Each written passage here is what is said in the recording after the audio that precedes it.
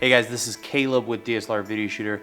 Welcome to the GH4 review. Finally getting around to filming this after spending a lot of time with this amazing little camera.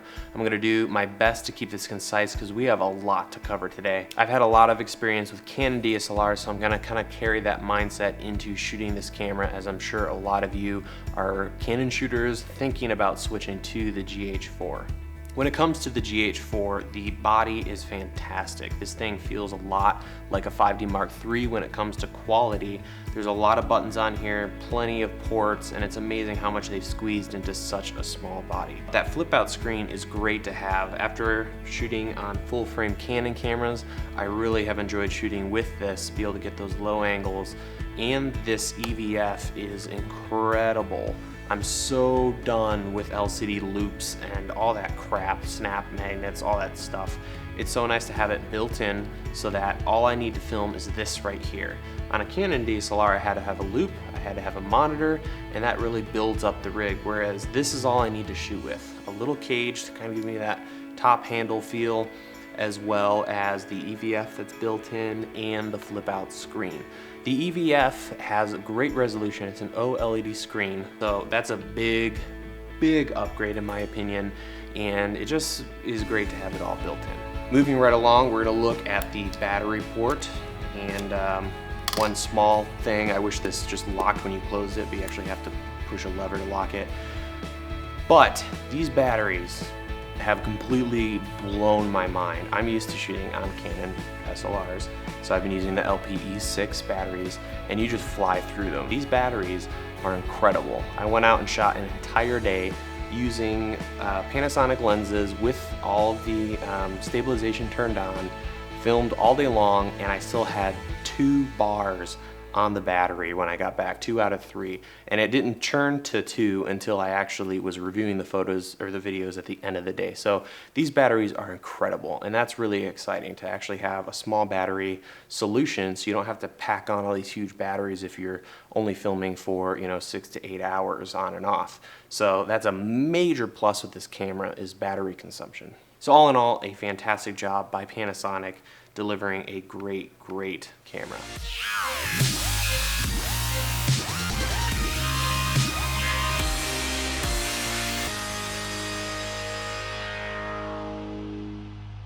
The real party piece on this camera is 4K. We have 2 flavors of 4K. We have UHD, which is Ultra HD, and then we have Cinema 4K. UHD gives us 3840 by 2160, and Cinema 4K gives us 4096 by 2160. So we have 2 different flavors. If you're like me, you're most likely gonna be filming in UHD unless you want that a little bit extra and you're okay with that different aspect ratio, because it is a little bit different from 16:9. Both of those are at 100 megabits per second, whereas 1080p you can get up to 200 megabits per second. And that brings us to an interesting thing about this camera. When you look at the 4K and then you look at the higher bit rate 1080p, the 4K is just so much better, especially if you're going to be downscaling that to 1080p. So if you're getting this camera and you're thinking you're going to be using it for 1080p, I would definitely rethink that, and I would shoot almost everything on 4K and then downscale it to something like 1080p or 2K. Now you might be thinking, why would I do that if I want a quick turnaround or I don't want to take up a lot of space on my hard drive? That's what's really interesting about this camera. It is 4K, but it is compressed. So if you're like me, you thought of 4K as this big scary thing that you're gonna have to completely reinvest in your computer hardware and drives and everything to be able to keep all that space and be able to actually process that huge amount of data. But this camera actually compresses it. It's still an 8-bit 420 camera, but you're still getting that 4K. So Panasonic has found this perfect medium. So we get the 4K, but we don't get the giant file size, but we're not gonna compress the crap out of it. So I've been really impressed with how much you can fit on one card. And I actually compared the files. I shot a little bit on the Canon 6D and then shot a little bit on the GH4 4K, and then I compared the file sizes and they're almost identical. Don't worry about needing a ton of hard drive space. This isn't a Red Epic. This is a 4K camera that shoots compressed unless you shoot it with an external recorder. When it comes to the actual 4K image and detail, it's just mind-boggling. The first day I got this camera, I pulled it out of the box and did some shooting off of my balcony, and I was just blown away with how much detail this thing can capture. And obviously it's 4K, so we're gonna get more detail. But it picked up things that I never even noticed right across, from where I live. So that 4K makes a big difference, and I think the workflow that almost everyone's going to be using is 4K down to 1080 until we get to a place where we can master and distribute in 4K.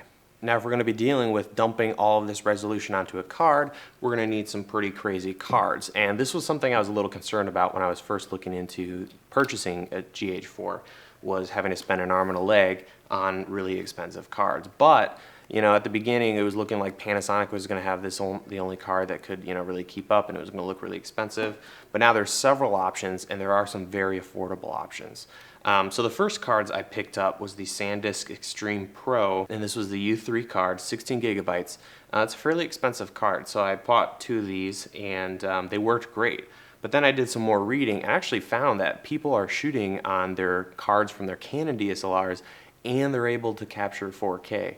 Do I recommend that? Probably not, because you don't want to be put in a situation where maybe it doesn't keep up for 12 minutes or something. So I did a little more research, and I found a U3 Transcend card. This is a 64 gig card, and I got this on Amazon for 50 bucks. So if you're really worried about how much it's going to cost to get your cards, that's not going to be a big issue. And that's due to the compression on the footage. So this was all really surprising to me. I could get affordable cards and shoot 4K, and the file size wasn't going to be much bigger, if any bigger, than something like a Canon DSLR. So this was all great news, and I'm going to give you some more good news and tell you a little story about shooting with this camera. I went out and a buddy of mine was getting engaged, so my wife was going to do the engagement photos, and then I was going to do video, and I was going to do like a little engagement video, do some interviews and get some B-roll and whatnot. So I went out, I shot with Panasonic lenses, and I captured everything in 4K. And then when I got back, I realized that I had overexposed most of the shots, especially the interview shots. I was still getting used to the camera. We were moving really fast. We didn't have much time to do this. And so having come from the Canon side, I was concerned about this 8-bit footage just completely falling apart when I adjusted it. So I sat down at my computer, pulled everything in, and to my amazement, I was able to completely correct the shots with almost no mushiness that we used to get on the Canon DSLRs. So grading on this camera feels very different, completely different than you're used to on a Canon DSLR. You're going to be able to get away with a lot, but more importantly, you're going to be able to actually do proper color correction and grading without a lot of issues, which is great news, great news when we've been used to just mushy, nasty footage when we correct it on a Canon DSLR.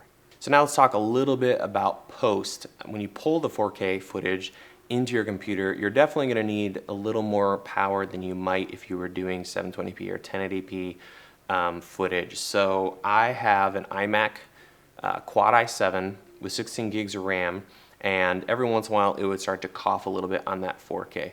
But there's definitely some workarounds. If you're in Premiere, you can set it to a lower resolution while you're editing. And if you're like me and you edit on Final Cut Pro 10, you have a couple solutions available to you. I go ahead and transcode and create proxy media whenever I import footage.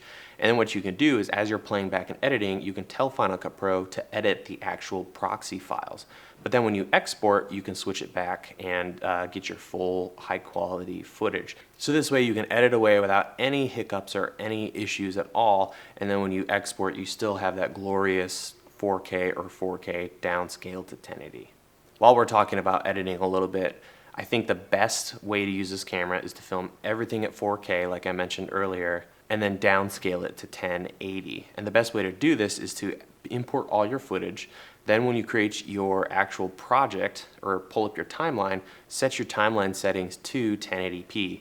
Then when you drop your 4K footage in there, it's going to scale it down so you get that nice, beautiful 4K resolution crammed into 1080. And that's what's going to give you all that crazy detail and sharpness.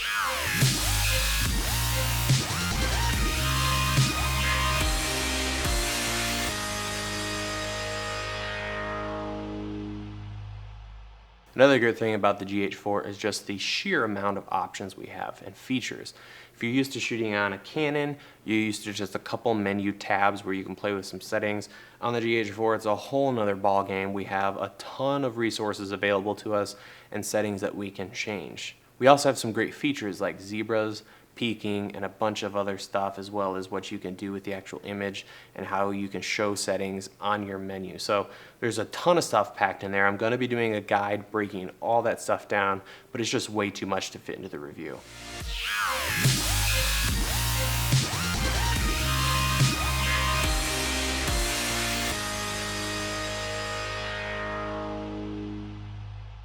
When it comes to audio on the GH4, you have a couple great features. First of all, you're able to easily adjust the levels, and you also get a nice readout on the screen, which is fantastic. Obviously, you're going to get better quality if you use something like a Juice Link, but you can get decent audio into the camera and monitor it through the headphone jack without any external accessories. Like an idiot, I left the power turned on my Juice Link, so I wasn't able to actually test it today.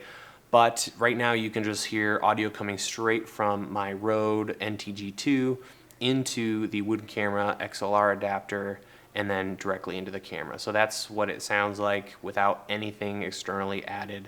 So this is pretty much straight mic to camera, and you can kind of hear what that would sound like without any other accessories.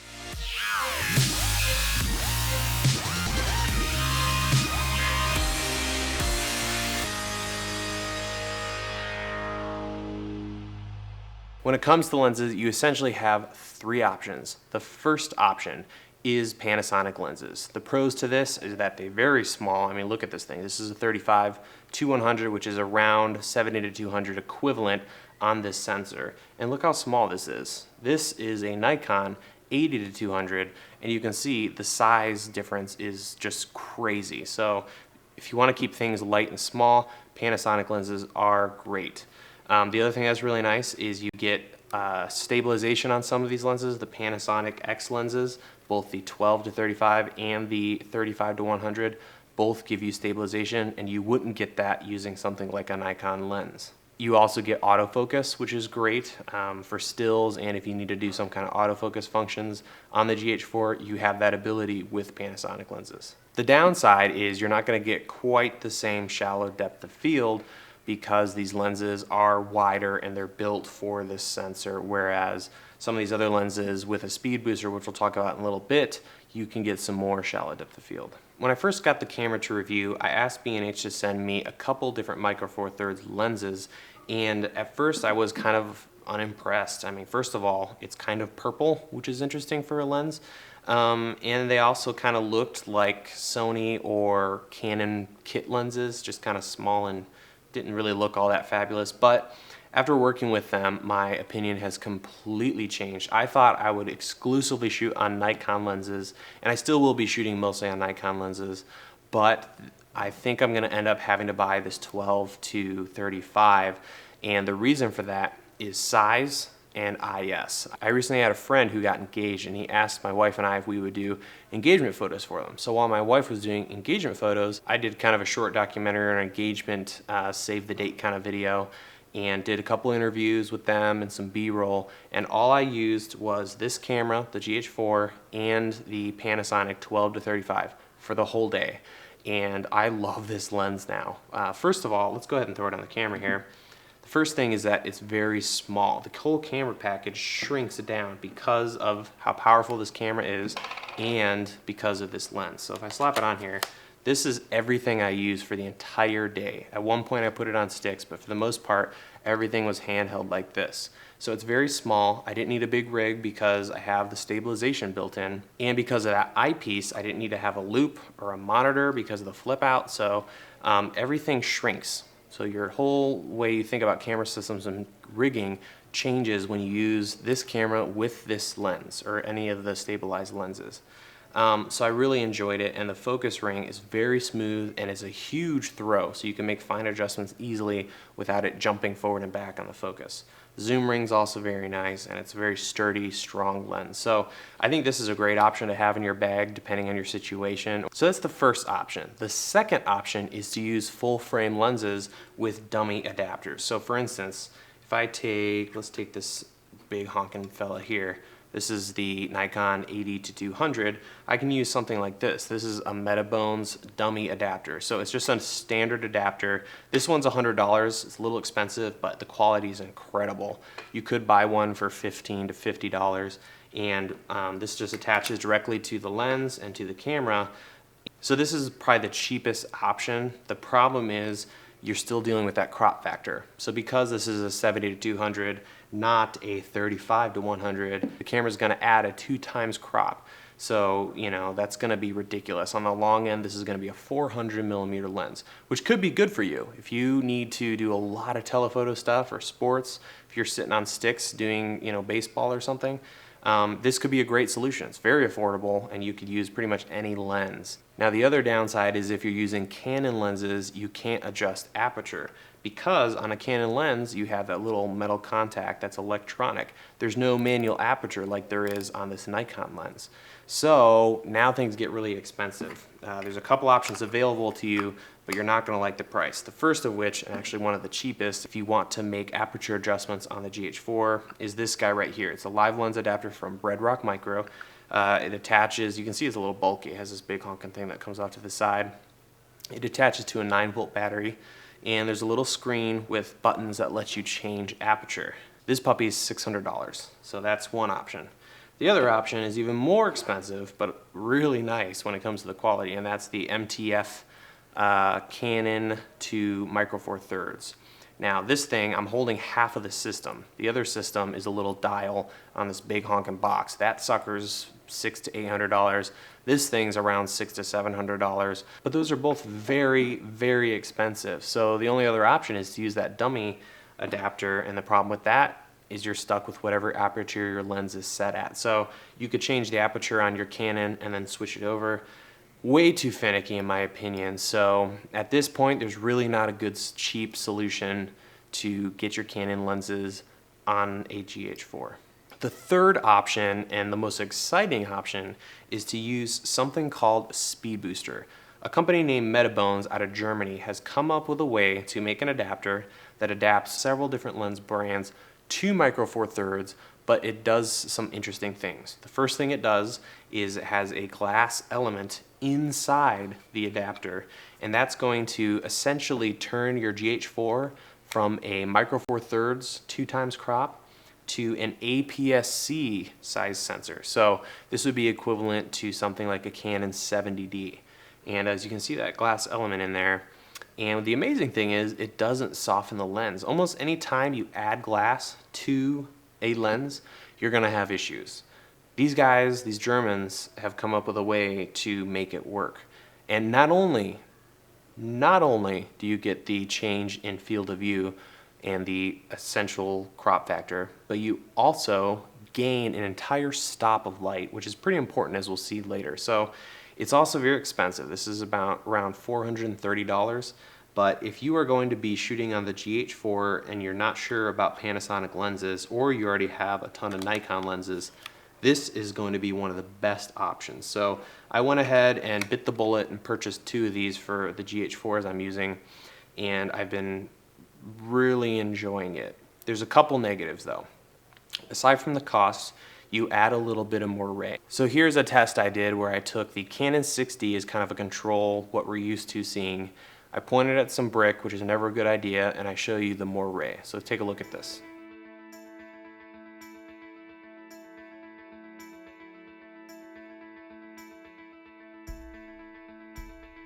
And now here is the same shot using just a dummy adapter using the same exact lens.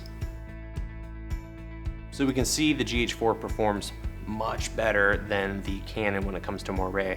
Now we're gonna throw the Speed Booster on and see how that looks.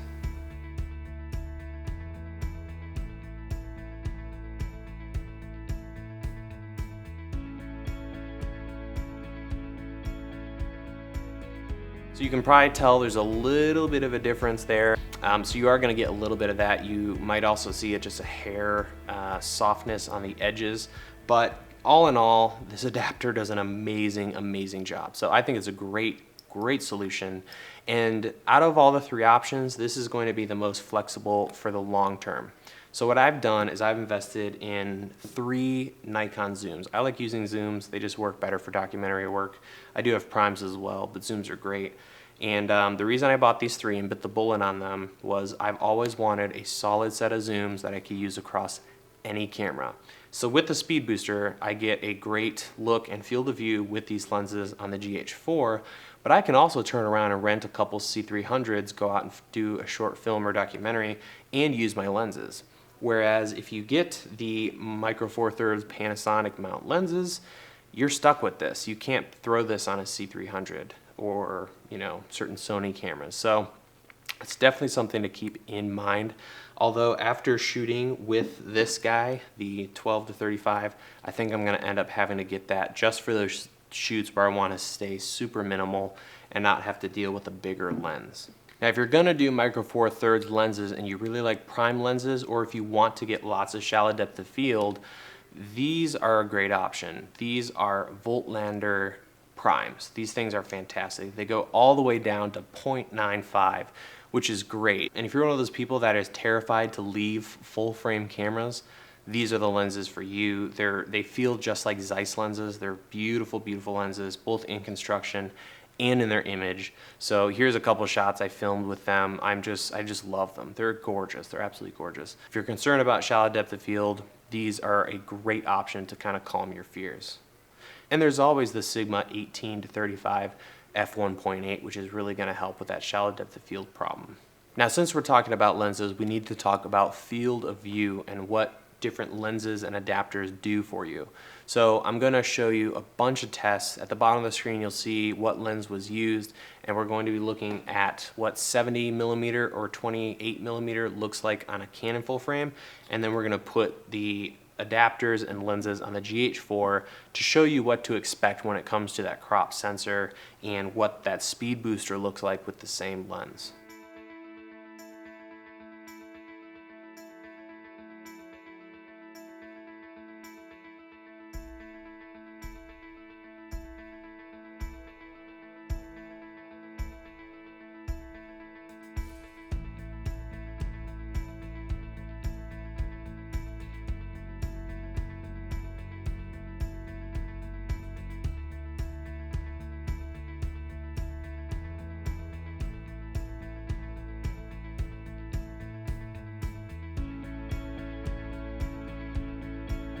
A lot of you out there are going to be shooting interviews with this camera and have limited space to film in, so I thought I'd do an interesting test to look at field of view, camera placement, as well as shallow depth of field, because that's one of the great things with DSLRs, especially full frame, is you can get in really tight places and get nice shallow depth of field. So I thought I'd put the test together. I didn't really spend a lot of time lighting it because I needed to get this done quickly, but I set up some lights in the background. I set a camera as my subject, and then I did some experimenting with the GH4, the speed booster, a non-speed booster adapter, and I also threw in the Canon 6D.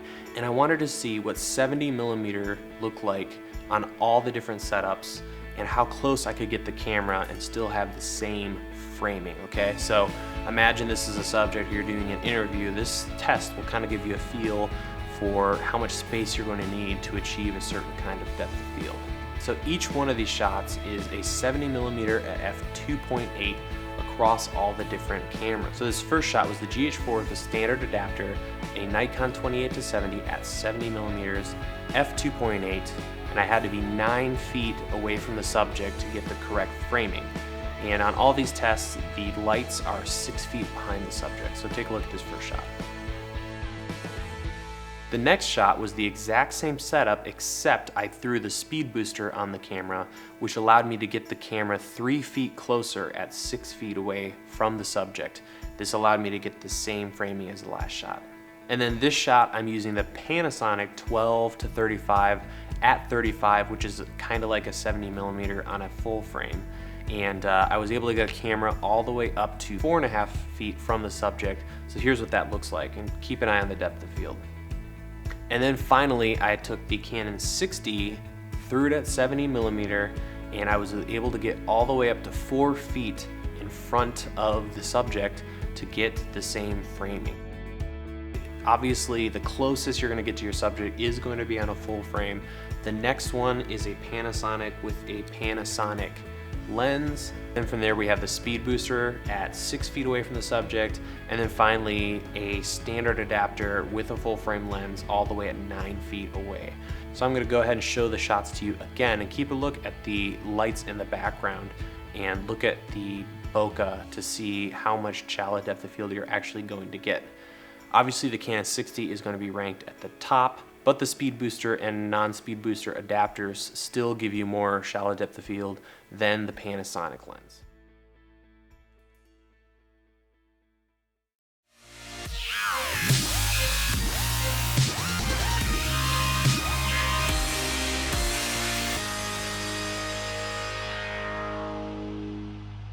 When it comes to low light, we finally see where the GH4 is a little weaker than other cameras out there. The Canon cinema cameras like the C100, C300, C500 are gonna do a much better job with low light than this camera, and even something like a 5D Mark III is gonna outperform this camera when it comes to low light. I have done some tests. I filmed all the ISO settings in 1080 and then all the ISO settings in 4K to kind of show you that you can get more bang for your buck when you film in 4K.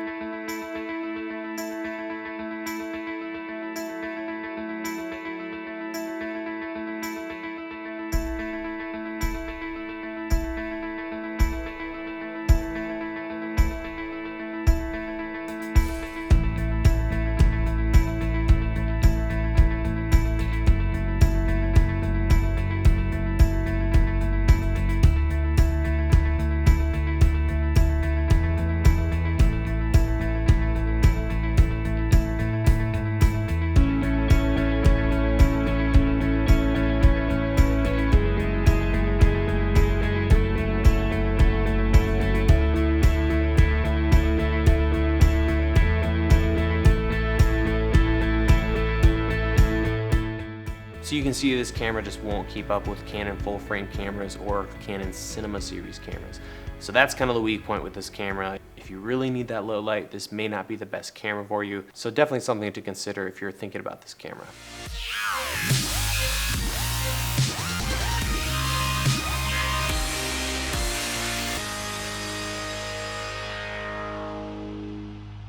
Slow motion is a massive, massive feature on this camera. I was excited about this camera when I just heard it had 4K, but then when I heard it had 96 frames per second, I thought that was ridiculous. It isn't 4K at 96 frames per second, but then again, we've been shooting 60 frames per second at 720p on Canon DSLR, so this is a massive step up. And I've shot a lot with the slow motion, and it's just amazing. And I plan on using this a lot, not because it's beautiful, although it is beautiful, but because it allows me to capture in a way I haven't been able to capture before. So here's an example. I did this shoot with this friend. They just got engaged, and we had them walk around the city and do these different shots, and it's really hard to get candids with video. With stills, you snap a shot, you got your shot. With video, I need at least 2 seconds of good footage that I can use, which is really hard to do when you're not working with actors. So we had the two of them just kind of walking along, talking to each other, or, you know, kissing or holding hands or whatever it is, and it's very difficult to get that 2 to 4 seconds. But with slow motion, you quadruple the time you're filming. So I was able to get a beautiful, beautiful shot, lots of usable footage in an amount of time I would not have been able to use if I was not shooting in slow motion. So that's one major pro. The other is that you can get these incredible camera moves that look like they're on a techno crane, and it's just, you know, just doing a little bit of a hip slide gives you this amazing cinematic look. So 96 frames per second, not something to just shove aside. It's an amazing tool on this camera, something you're probably never going to see on a Canon DSLR, and really adds value to this camera. We've covered a lot in this review. We've looked at a bunch of tests, and there's just a lot to consider when you think about this camera. So now I want to briefly talk about why I'm leaving Canon and going with GH4s as my main camera systems. I'm just sick of Canon. I'm really tired of, you know, how they've been doing things and they're not updating their cameras. Maybe they'll do it now that this is out, but I still have a hard time seeing them add things like 96 frames per second on, you know, 1080p. I just don't see that happening, much less 4K. And then really at the end of the day, the end of the day, what this camera means to me is a completely all-in-one complete camera system. We have 4K built in, no external recorder needed, which is big because adding an external recorder would be ridiculous. We have a flip out screen, which makes a big difference. We have an EVF, so we don't need loops and stuff or the external monitor. We have headphone, we have audio input. All these things make this camera a standalone system. The battery lasts a long time. All this stuff comes together and gives us a all-in-one tool that we can expand if we want. I can add all kinds of stuff to this all day long. Another big external battery system. But at the end of the day, I can walk out with this and go shoot. And that frees me so much. And I'm just excited about shooting again because I don't have to deal with all this crap. You know, I can just run out with this and come back with some amazing images, and I'm able to focus more on my shots, more on my talent, and less about, oh geez, how much longer is my battery gonna last? Am I gonna get more ray on this? You know, can we do slow motion? All this stuff. So I love this thing. So I think this is a great competitor to all the Canon stuff out there. I've started to leave Canon. I'm starting to sell all my Canon stuff. Don't worry, I'm gonna keep doing Canon content. I'll keep the 60 so I can keep all you folks covered, but for the most part, I'm gonna be shooting on the GH4. So that's my review of this great little camera. If you want more info, keep an eye on the site because I will be releasing an entire giant guide to shooting on this camera. We're gonna look at the menus, we're gonna talk about settings, when to shoot 4K, when to not shoot 4K, a whole chapter on slow motion, just a bunch of stuff, what to do in post with all of this. So stay tuned for that. And as always, check out DSLRvideoshooter.com for more reviews and tutorials. Thanks for watching, and I'll see you guys online.